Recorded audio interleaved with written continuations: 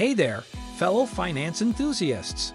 Today, I want to discuss whether the world can avoid recession or if it's too late. By Nouriel Roubini. In 2022, the global economy faced challenges. Russia's invasion of Ukraine caused food and energy prices to soar.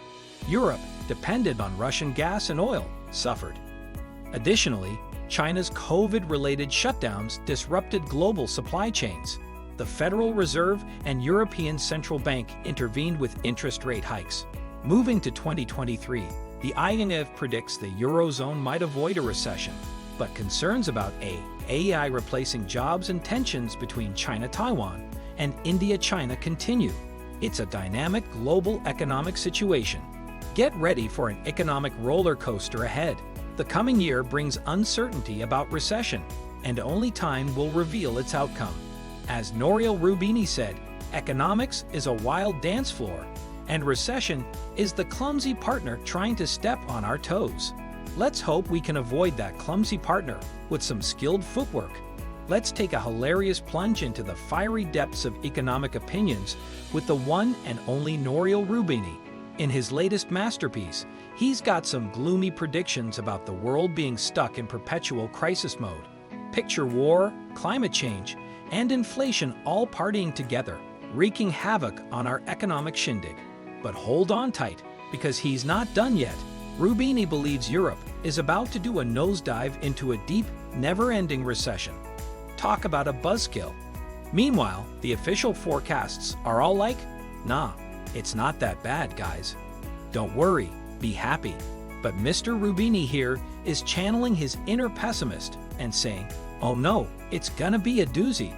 So, can the world avoid a recession, or is it already too late? That's the million-dollar question. The opinions are divided, and the crystal ball is foggy. Strap yourself in for an economic roller coaster ride. It's gonna be one wild, recession-filled adventure. The Eurozone faces a deep, protracted recession. Well, in the case of Europe and the Eurozone, the consensus is there'll be a short and shallow recession, maybe a couple of quarters starting with the fourth quarter into first part of next year, followed by a recovery. I think that the energy problems of Europe are severe. There are very high debt ratios. How much longer do you think a recession could last for Europe? Well, the consensus is that the recession might last only a couple of quarters, what they call a short and shallow recession, plain vanilla garden variety with barely any increase in the unemployment rate. I think that the recession might continue for most of next year, all of the fourth quarter of next year. Monetary policy. Central banks can use expansionary monetary policies by lowering interest rates to stimulate borrowing and investment. This can encourage consumer spending and business expansion. 2. Fiscal stimulus. Governments can employ fiscal measures such as increased public spending, tax cuts, or targeted incentives to boost economic activity. These initiatives aim to stimulate demand and create jobs. 3. Regulatory flexibility. Governments can ease regulations on businesses to encourage investment and innovation. This can provide a conducive environment for companies to grow and contribute to economic recovery. 4. Support for small businesses. Small and medium-sized enterprises, SMEs, are significant drivers of economic growth and employment. Providing financial support, access to credit, and other resources can help them weather the economic downturn and sustain their operations. 5. International cooperation. Coordinated efforts between countries can be beneficial in addressing a global recession. This may involve sharing information, coordinating fiscal and monetary policies, and avoiding protectionist measures that could harm international trade. 6. Social safety nets. Strengthening social safety nets, such as unemployment benefits, healthcare, and income support, can help alleviate the negative impact of a recession on individuals and families. This can maintain consumer spending and prevent a downward spiral in the economy. 7. Structural reforms.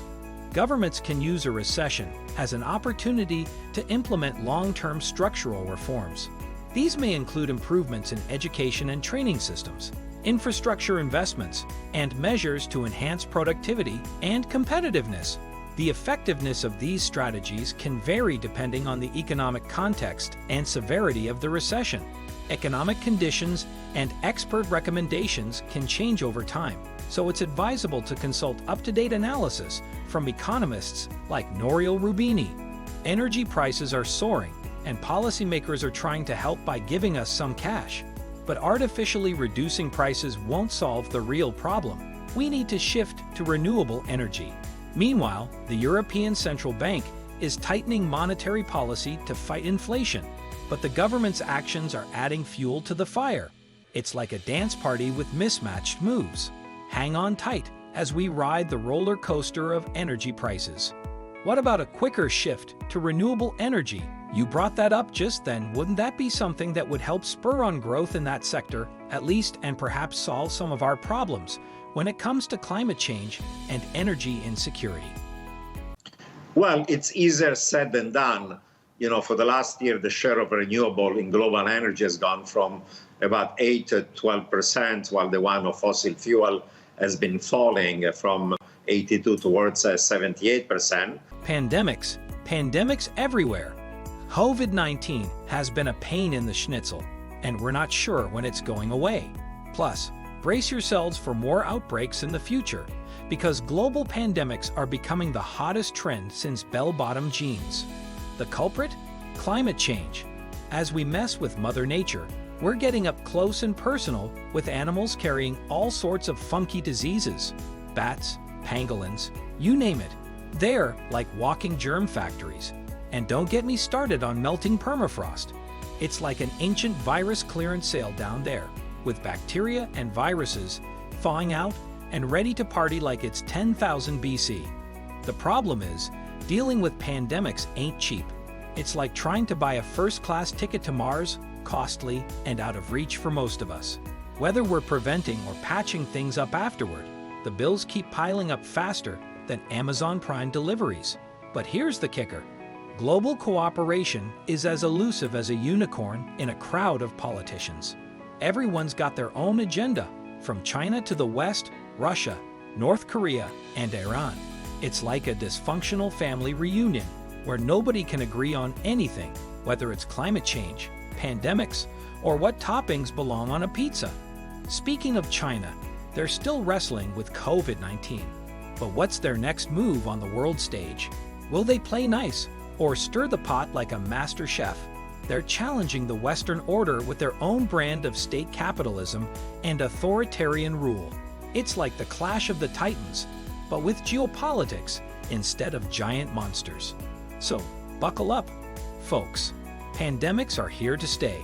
Climate change is making things worse, and global cooperation is harder to achieve than a perfect souffle. It's a wild world out there, and we're all just trying to keep our sanity intact. Cheers to that. The so-called communist capitalism backfired at some stage. Well, this economic model has worked for China for a while, but until Xi Jinping became president, there was more economic liberalization. There was more even of freedoms, individual freedoms, even if China was not a democracy and not expected to become one. But in the last decade under Xi Jinping, the country has become inward, more authoritarian politically, has become more in the direction of state capitalism, state-owned enterprises, state-owned banks. China under Xi Jinping is causing quite a stir. They're eyeing Taiwan like a jealous ex, and their economic model is shakier than a Jenga tower. Real estate, investments, credit-fueled spending. It's all a house of cards ready to collapse. Even with their power, China's got some financial vulnerabilities. Now let's talk about Germany, the land of sausages and engineering marvels. They made a boo-boo by relying too much on Russia for energy, and the Ukraine invasion was like a cold shower for them. Now they need new energy sources, which means higher prices and a sad manufacturing sector. And guess who's lurking around? China, with its tempting investments and geopolitical games. Germany, don't fall for it. What do you think about this topic? Let me know in the comments section below. Don't forget to like, share, and subscribe to Finance Soon channel. I'll see you in the next video.